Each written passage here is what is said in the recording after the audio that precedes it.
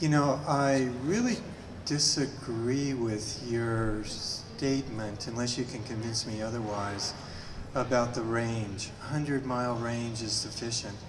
I asked the question earlier about 200 or 300-mile range. And for instance, for myself, so it's okay to use me as an example, I want to have one car. And I drive from around here sometimes up into the Sierras. I can't do that on a 100-mile range. So I think it's imperative, and I'm not going to buy an electric vehicle at 100 miles. I would consider it a 200-mile range. So what do you, I think most people are like me. So your answer, I think, is not going to promote the electrification.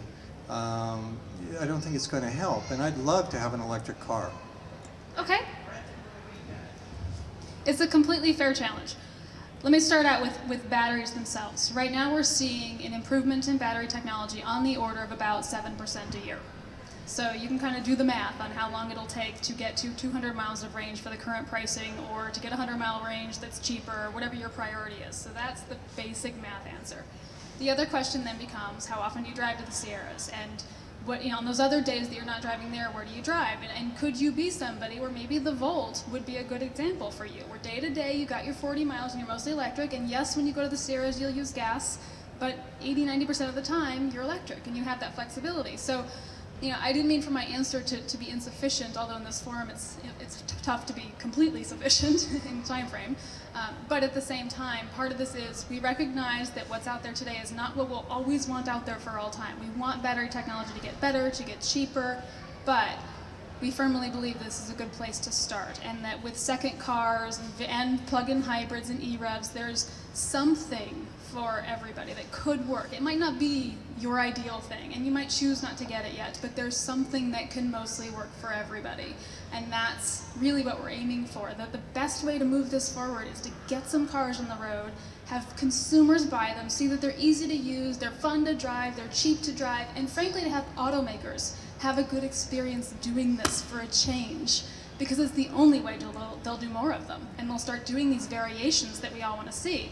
The flip side of that is, we as consumers have to continue to ask for what we want. Whether that's buying the first one to support them and saying, but this is what I want for my next one, or if there's really nothing that fits your needs, call the automaker that you want, or several, or whatever, say, I really want an electric car, I like that you're entering into this, but I can't buy this one, and when you make this, I will. I mean, they can't build what they don't know we want.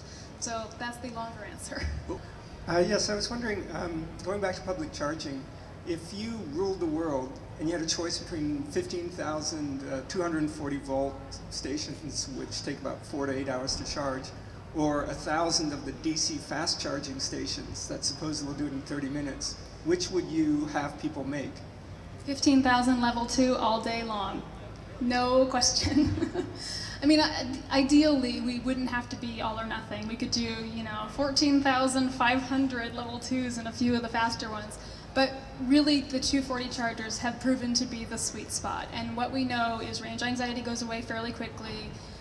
EV drivers are far less dependent on public infrastructure than most people, including them when they're starting out, think they will be. They opportunity charge because it's there. They will do it to support the people that put it in for them. We have all sorts of folks who demographically might not have been Costco buyers, but became Costco buyers to support that kind of thing.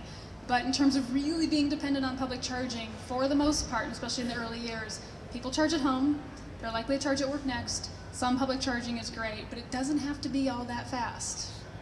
With the occasional Vegas exception, but that goes back to a few of them, not many of them, and certainly not exclusively fast charging.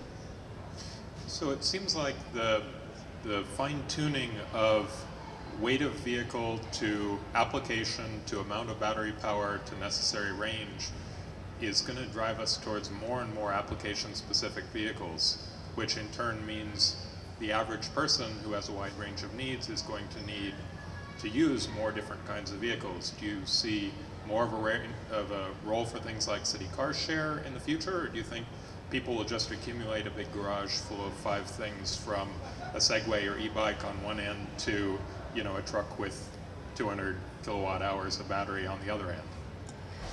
Yes, I don't think we'll see garages full of 5 cars or more cars than people use. I think we will get a little bit purpose-oriented in terms of those vehicles. You know, I know of many 2-car households, including my own, that aspire to maybe 1 EV and 1 plug-in hybrid or EREV. So, you know, in fact, one of our cars already won't hold all of us. The commuter cars is smart.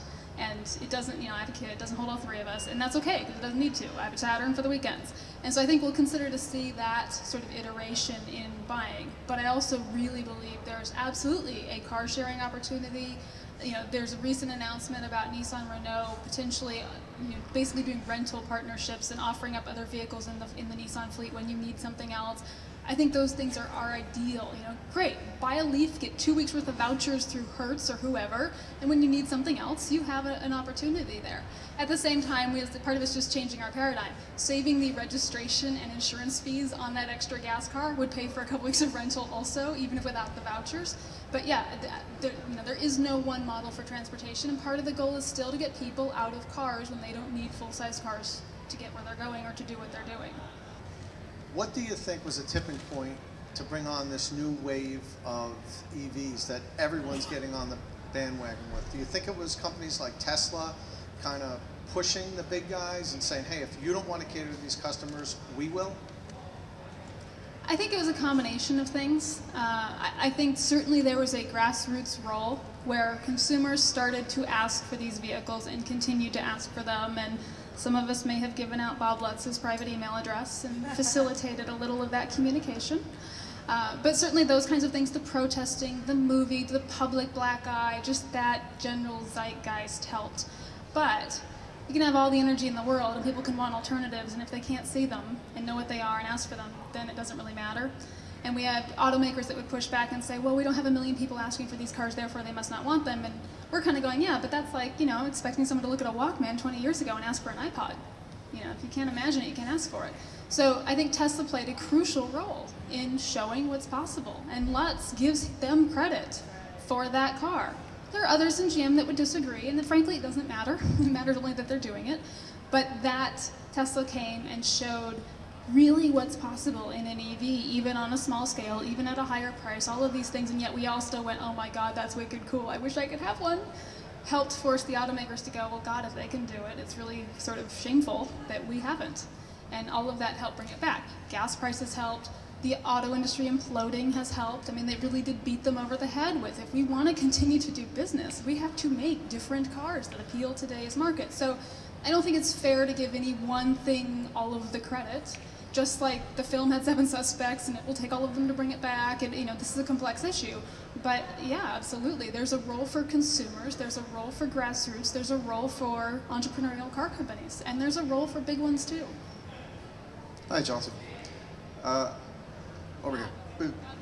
Hydrogen doesn't make sense to me, both in terms of cost and efficiency. What do you think? Hi, Toyota.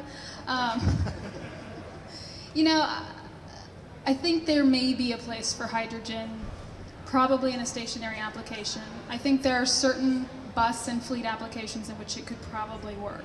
I know there's going to be a continued attempt to put passenger vehicles on the road.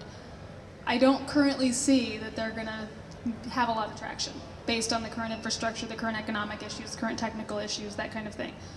I won't say we'll never see it, because we have a political body in this state that really wants to see them and has an interest and has said flat out they're going to force it. So I think we're going to see some.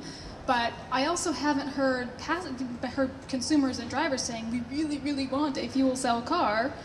I know the people that have had an Equinox have liked them, and the clarity in those things, and so I think they would like them. I don't know if they want to pay what they're going to cost for them, and so I really haven't seen the market. Yeah, I don't know if that's enough of an answer, but... Hi, Chelsea. You touched on this earlier a little bit, and I'd like a little more on what you think about the role of a modern EV1 specialist, as it were. And I'm totally serious about this, because I'm actually looking for a job doing this for someone like Nissan Leaf, where it's someone who knows the car better than a typical car salesman, because it's a whole new process in selling the car. You know, the person driving off with it is going to be having a whole new experience. Where are they going to charge? How long is it going to take? Because people aren't going to know that. How important is that going to be in the success of these cars to have somebody special instead of just a regular car salesman going, here's the tire warranty, good luck. Well, that goes directly to the consumer experience question. So it is crucial. How that's provided, I think there are some choices. Coda is actually pursuing very much an EV specialist model. You have one point of contact, you buy the car, you keep calling that person when you need service, and so on and so forth. It's a really resource-intensive model, I know. And so whether that's feasible on the scale of a Nissan, maybe not. However, you know, Paul Scott, well known to the movement, just became a Nissan salesman. So here we have someone with all sorts of credibility and knowledge and passion who's kind of going into a traditional salesperson role. And I've seen a lot of regular car salesmen who really resonate to this technology and become brilliant. A lot of the EV1 guys obviously they started out as Saturn guys, and they just really loved this and became fantastic at it. Same thing on the technical side. So I don't think it has to come in a particular role package, but it is really important for all of the automakers to call on the existing drivers, you know, whether just for focus groups or hiring or whatever, but also the veterans of the last generation. The more talent we can pull into this from people who know it and are passionate about it, the better it's all going to go. I don't think anyone would argue with that. So yeah, I think anyone should hire you especially. You're the EV nut.